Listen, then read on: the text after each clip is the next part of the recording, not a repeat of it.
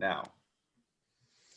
Hello, everyone, and welcome to Conversations at Grace.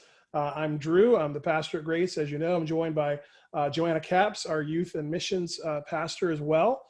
Hey, Joe. And our very special guest this evening is Gaston Warner, who's with ZOE. ZOE has been our miracle offering at Christmas the last couple of years. We had ZOE, one of ZOE's staff members, come last year.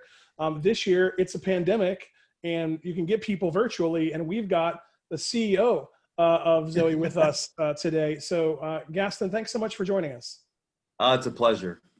Thanks for your time. We've supported ZOE for a couple of years, and so probably what you're going to share will be brand new information for some folks. It might be jogging memories for others, but maybe just to lead us off, tell us a bit about yourself, your background and family, and how you came to be involved with ZOE.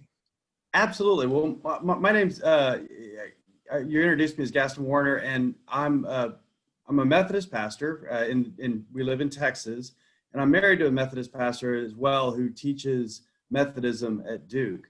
And I spent most of my time and had the privilege of having Drew as a colleague in that learning experience. So I was working for Duke Chapel, and my job was to come alongside nonprofits. And so I worked with about 60 or 65 a year, and I fell in love with the people doing the work and these generous people standing behind them.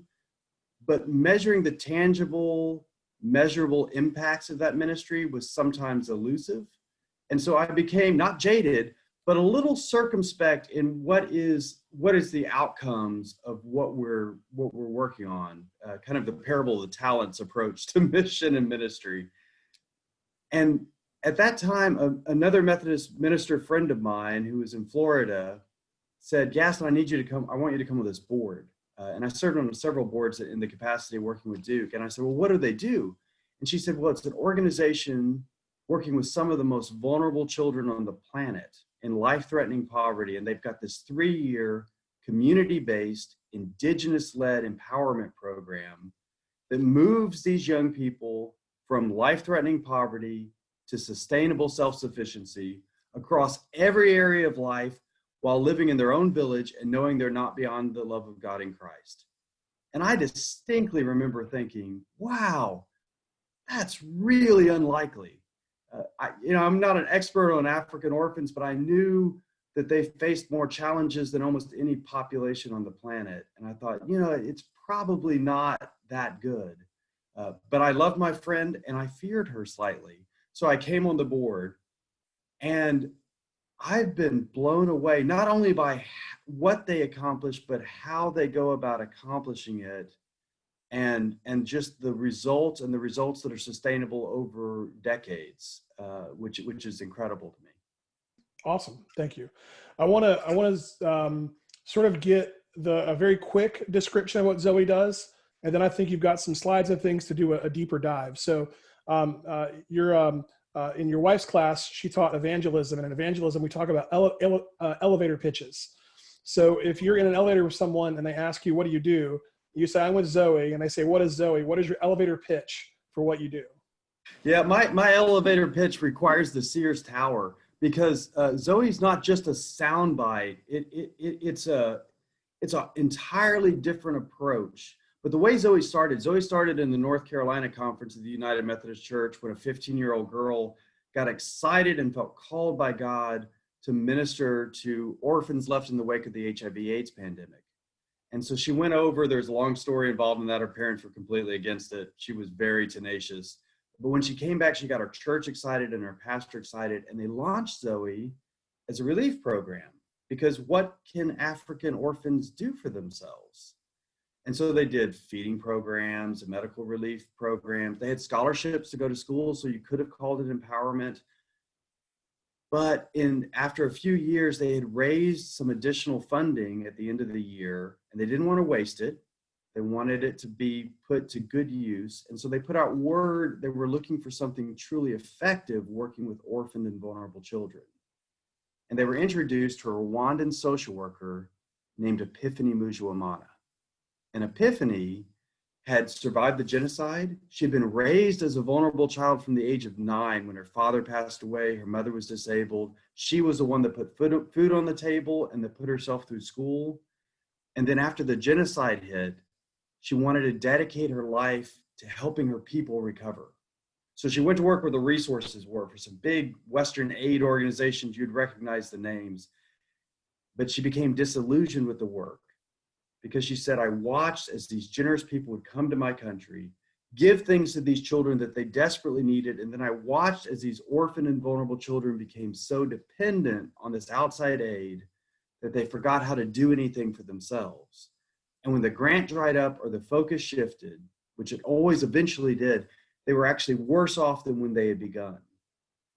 So Epiphany, with a team of other Rwandan social workers frustrated by that cycle of relief and dependency, on a shoestring budget, working directly with the villages and the communities themselves, and more importantly, with the young people themselves, they started going into the villages, talking to these children, saying, what is it you need to be able to stand on your own feet and pull yourself out of poverty permanently?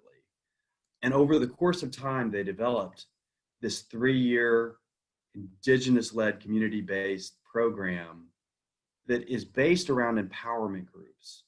So you have an empowerment group of 60 to 100 orphaned and vulnerable children. And the ones that are willing to give empowerment a try are organized into these groups. They give themselves a name, they elect leadership, they have an adult mentor they nominate from the community. And in that group, there's 60 to 100 orphan children. And inside that 60 to 100 number, there's 20 to 30 child-headed households. So it'd be like a 15-year-old young woman with a 12-year-old brother and an 8-year-old sister. That's a household. The 15-year-old's the de facto parent. There's 20 to 30 of those family units per group. It could be a single street child, could be a sibling group of 8. And over the next 3 years, what ZOE does through the indigenous staff and the local partners is they stand behind these young people as they take the lead in their own journey out of poverty. What ZOE does is it gives them on-ramps and training and the few resources they need to get what they need. So instead of giving them food, they teach them how to grow food and how to start businesses where they can buy food. And they do that across 8 areas. And if it's okay, you had mentioned the slides. I love data. I'm a data person, and I realize that's a little weird, but I'm basically unapologetic for it. Go for it. But if I can share these slides, these are slides across all 8 areas of the program. These are specifically in our Kenyan program. We have them for all our mature programs. ZOE's now across 7 countries, 6 in Africa and also India. But in Kenya, this particular data is cross-sectional, which means it's 3 separate groups at a point in time. This is the incoming class before any interventions are made. These are young people in their 2nd year of the program at the midpoint, and then finishing their 3rd year right at graduation. And you can see with food security, all these young people know what it means to sleep hungry. And so red and yellow is bad. Blue is more sustainable, and green is thriving. So you can see that most of them are sleeping hungry and don't have any adequate food supply. And some of them, it's kind of hit and miss. And the story changes entirely in the 2nd year, where all of a sudden they can provide mostly all the food they need. And by the 3rd year, you see it stabilize. And then they don't just dissipate at graduation. These groups continue to function together, so we continue to see an upward trend. And I'll fly through the rest of these. Secure housing is the same way. You see the dire situation at the beginning. If you have houses from their parents that are left over, many of them are in disrepair. And then in the 2nd year, their housing situation is stabled dramatically. And the 3rd year, it continues to increase. Health and hygiene. This is such a difficult thing for people living in extreme poverty. There's all kinds of correlations of health problems that come out of there. The 1st year, it's a bad situation. 2nd year, it gets much better. And 3rd year, it continues to improve. There's a few with more long-term illnesses, and we continue to work on that. Child rights, everything bad you hear about happening to children happens to these children. So trafficking, forced labor, death from disease, starvation, inadequate shelter, and homelessness. It's all kind of located on the shoulders of these particular young people. So we address child rights as soon as the program starts. And in the first year, they don't feel like they know their rights or can enforce them, but by the second year they do. And this one, education, is a big part of our program. We want the young people to be able to afford and go to formal education if possible. We also offer vocational training if formal education is no longer possible or no longer appropriate. And then income generation. This is the most visible part of the program. When you speak with the young people, if you're able to attend one of these virtual mission trips, they'll talk about their business because it's so tangible, and they love to brag about what they've accomplished, and they should be proud of it. So in the first year, it's very difficult for them to provide even basic needs that they need. By the second year, they can do that. And by the third year, they can do it in a way where they're thriving. And we're almost there. Community connections. And this might seem like an odd question. You know, what does it matter if they can attend community events? But when we talk to these young people at the beginning of the program and ask, what were your major challenges before ZOE? Often the first thing they'll say is, I didn't have enough food to eat. But right on the heels of that, they'll say, and there was no one to visit me. In Rwanda, they often describe themselves as feeling more like dogs than human children.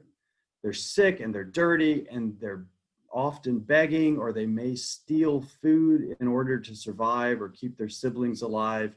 And so they're seen as a pariah and pushed to the sides. So for them to be able to thrive in their community, they have to feel like they're a valuable member of their community. And so this question is so important in seeing that trajectory of feeling like they're an important part of the community. And then this is the final question, spiritual strength. And I love this question because it's not just, I know Jesus loves me. It's kind of, I share my faith with others. And so in the first year, there's often a complicated relationship with God because of all that they've suffered. Many feel cursed or like God doesn't love them if God exists. By the second year, you can see that they're beginning to see God's love. And ZOE is a religiously non-restrictive program and non-coercive. Anyone's able to fully participate regardless of their beliefs. But they see and hear the very best of the gospel during the 3 years of the program, and you can see the effect of that. And by the third year, 81% are strongly agreeing with their sharing their faith with others. If we could answer in the same way, our church would be an interesting organization to look at. And this is just a bit of fun, the final slide. This is a self-sufficiency index. So it's all three groups, incoming, mid-year, graduate, and it goes through all 8 areas of intervention from extremely vulnerable to thriving. And you can see the amazing trajectory and journey that these young people are on and after every section. And so thanks for allowing me to kind of go through those slides. But the best part of it, not only is what they accomplished for themselves, but as soon as their lives begin to stabilize, they start to adopt other orphans. They start to hire other vulnerable people in their village. During COVID-19, they were the primary ones in many villages across Africa and India that were identifying vulnerable people in their village and reaching out to help them, which our chief program officer, who's been with ZOE for 12 years as well, he said, 2020 has been my favorite year in the program because the young people have always reached out to help others, but during this pandemic, in village after village after village, they were the primary ones making sure the elderly had firewood and water and food, making sure that people had masks to wear, making sure that no one was left behind during the lockdown procedures. And I don't know, there's something deeply beautiful about children that were starving a year and a half ago being the caregivers now. That's a really powerful story, and I do agree. I'm not great with data, but that's powerful and helpful data just to get a visual on the work that ZOE does. Can you say more, Gaston, about the power of of community and what ZOE does. I'm sure like you, I see so many ads and hear stories about organizations that do one thing. They do food, they do water, they do health, they do education. But it seems like left out of a lot of that is this community piece, which as Methodists who love small groups and band meetings and class meetings and Sunday school classes, the community aspect really lines up with our own history and theology. Say more about what that looks like and the power of just having community is for these children. And I'm glad you kind of highlight that, because I also believe it's one of the most underrated pieces. They often say that poverty studies about 20 years ago started taking into account more than just economics.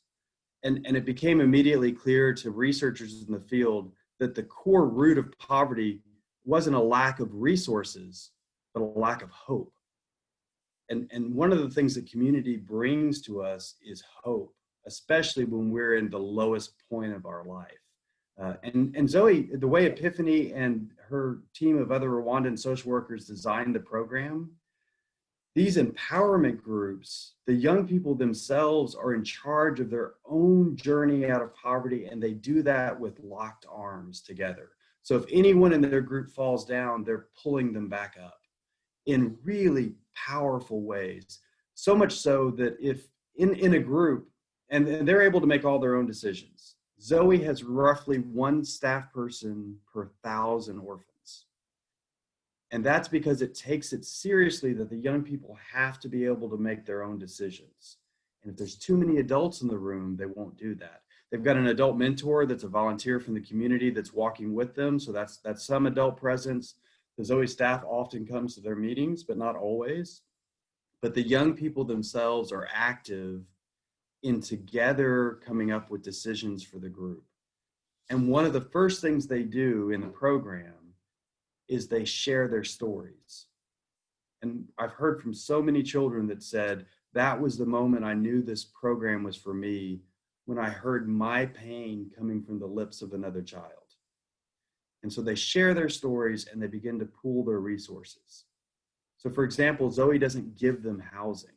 It's not a residential program. But in that first week, they'll come together, and if a child is homeless, and in telling their story that becomes evident, someone else in the group who had a house that their parents left them and may have some extra room will bring them in until their businesses pick up where they can rent a place and then buy land and then buy material and then build their own home. So there's a lot of cooperation, and we find so many of our children have experienced trauma from abuses of physical and psychological nature, and just the travesty of poverty. And they'll do group projects in addition to their individual businesses. And what we see is that when they're working side by side, they begin to open up and share past trauma. And in sharing that trauma, there's that possibility of healing actually begins. And so it's hard to overestimate the power of that community. And when you ask the young people, what's the best part of ZOE? Often they'll say their businesses, because that's what's giving them money so they can eat. But right on the heels of that, they'll say my group. They're my extended family. That's really powerful. Thank you for that. Joe, do you have any questions? A couple questions. The first one I would ask is, you mentioned mentors. I know there's like one for several, but how do you choose mentors? Are they orphans that have come out of the program, or how does that work? Yeah, and the mentors are a really important part of the program, because when ZOE enters a community, it won't enter unless all the leadership has invited us in. The government officials, the formal and informal power structures, the pastors, other kind of groups working in the community. And so that's important for us. And what the mentor is a conduit between this group and the community. And the way we choose things in ZOE's program is always that the young people do it. So our motto is never do anything for these young people, taken from the Toxic Charity book, Bob Lupton's kind of language, never do anything for these young people that they could otherwise do for themselves. And we take that so seriously that it's the young people that nominate the adult mentor. And then our staff will go and vet them to make sure they're not an axe murderer or something, that, you know, they're the right person. And so that person will then kind of mentor the young people, and they'll often find someone in the village who's cared for the orphans, but also who has influence in the village, because they know that that influence will help them. And sometimes, now that Zoe's been going for 10 or 12 years, sometimes in our more mature countries that might be a Zoe orphan, because they're the ones that tend to reach out and help other people, or it might be an ex-village chief, or anyone in the community of some standing. And that's a volunteer position, but they participate in every aspect of the group, which is just, it's fun to watch that process happen. Thank you. And then my second question was, could you tell me about the virtual mission trips? Like, what is that? How does it work? So the virtual mission trips, if we're not able to go in person, and when COVID-19 is not there, if you all are partnering with a group, or even if you're not, we would love for you to come over and send some representatives and visit with those children in person, and very little can beat that. However, one of the things COVID allowed is for everyone to become an expert on Zoom. So now we have this 3-day, 3-country Zoom visit we usually start off in Rwanda, and then we go to Kenya, and then we finish up in India. And in Rwanda, we meet Epiphany Mujirumana, who founded the program and still manages the Rwandan program. We hear from her, and we talk directly to some of the young people. They often sing and dance at their discretion. And it's wonderful to watch their smiles and their laughter. We ask them questions, and they ask us questions. So it's an informal but free flow of information, and we get to see some of the beautiful Rwandan countryside. And then the next day, we're able to go to Kenya, and we meet Reagan Kabiria, who's the chief program officer, the guy who said 2020 was his favorite year. And we talked to a smaller number of young people who were able to go in more depth with their story, and really kind of dig down. As we're learning more about how the program works, we're able to ask more in-depth questions, and they're excited about sharing what they've done. And then the third day we go, it doesn't feel like a year like everything else and every other day in this year. But the third day we go to India, and that one's pre-recorded, but we talked to Nani Chintala, who's our program manager there. There's a 10.5-hour time difference, and he's got young children as well, so we're easier on him. But he tells us about why he chose the program as someone who had grown up in the slums himself, why he's now using this program to go back into the urban slums, to help the young women coming out of trafficking situations, to help young men coming out of criminal gang situations, and others that are just orphaned and in extreme poverty. And and then we have a time to kind of reflect on what God's doing in our world. Because what you see in these 3 days is a glimpse of God's kingdom breaking forth in our world. And it's incredible to behold. Gaston, I've challenged the congregation. We gave last year well above this, but I've challenged the congregation this year to give over and above the $8,500, so that we have the potential of beginning a partnership with a specific community. Can you say more about what that looks like and the benefits of doing that as a local church? Absolutely. And really standing behind one of these empowerment groups is the most tangible thing we have to offer. And it's powerful, and it's powerful not just for Grace, but it's powerful for these young people as well. Because one of the things they're blown away by is that there's people, actual real living, breathing people, who without even knowing them, reached out to them in their desperation to give them this chance of pulling themselves out of poverty. And it's hard to explain fully the depth of power that has for them and the witness that is to them. So what you do when you partner with a group of Zoe young people, you're able to receive kind of, the first thing is a list of names and ages of everyone in the group. It'll probably be between 70 and 100 young people in most cases. In India, the groups are a little smaller. In Africa, they're a little larger. You have a picture of the group. And then over the course of the years, you get some reports, some that are specific to your group and give specific examples, and some that are more general about what the program in that year is doing in that country, along with some data from the program that kind of shows you what the measurable results are. And what we hope is that the church will connect with that group in some more powerful ways. So once you agree to partner with the group isn't trying to, I mean, you know, all the resources they're going to get, they already know they're going to get, and that's already a commitment to them. So when they interact with you, you know, taking that part out of the equation, they're able just to share with you the joy of what they're accomplishing. So we hope that some people from the church might feel able to travel to Africa or India and meet with these young people and listen to their stories and tell them how proud they are of them, and then come back and advocate in the church about what's going on. We hope you may be able to do one of these virtual mission trips and meet your group during the day that we have in your country. We hope that, you know, the children's ministry might start to learn about empowerment and what it means to walk arm in arm with someone instead of being the one who just hands things down to them.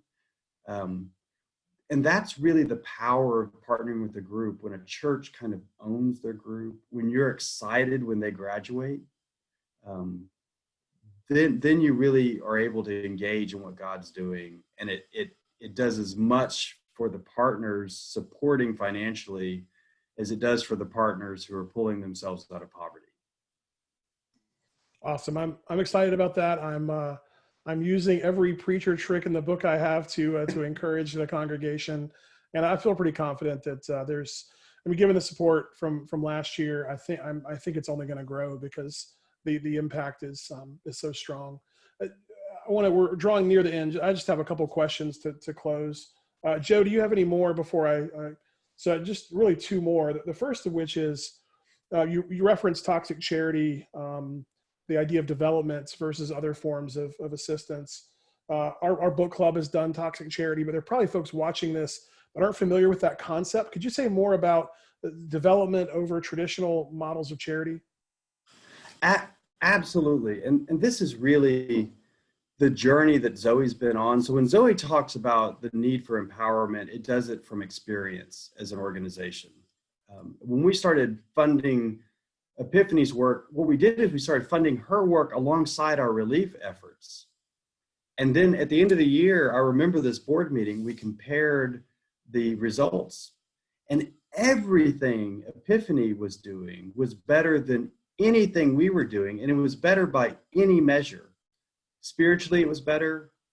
Tangibly, in terms of moving the ball on medicine or food or housing, it did more with less money than anything we had seen. So the cost per child is less than $8 per month per child. And after 3 years, they should never need charity again. And they come through it with the dignity of being able to then be the ones who are reaching out to help others. And that kind of mission, mission where you feed someone, and there's times when you need to feed people. In emergency situations, people need food, water, and shelter, and they need it immediately because you can't empower someone who's passed away. So there are situations for relief, but in long-term situations, which is probably 90% of the missions that we engage in long-term poverty, people need the dignity of being able to pull themselves out of poverty and stand on their own, and then have the discipleship where they can be the ones who reach out to others. And that's what we're going for, is that kind of power. So books like Toxic Charity, we've had a couple United Methodist conferences that have partnered with Zoe as a primary mission for the conference as a way to show one robust embodiment of what books like Toxic Charity and When Helping Hurts are actually talking about. Yeah, we're having conversations in our missions team about what does it look like to do that sort of development work locally. who's doing that? How can we partner with them? How can we be involved in that? There's a whole lot of traditional charity, which is great, but what does it look like to do more of the development stuff? So I really appreciate that description.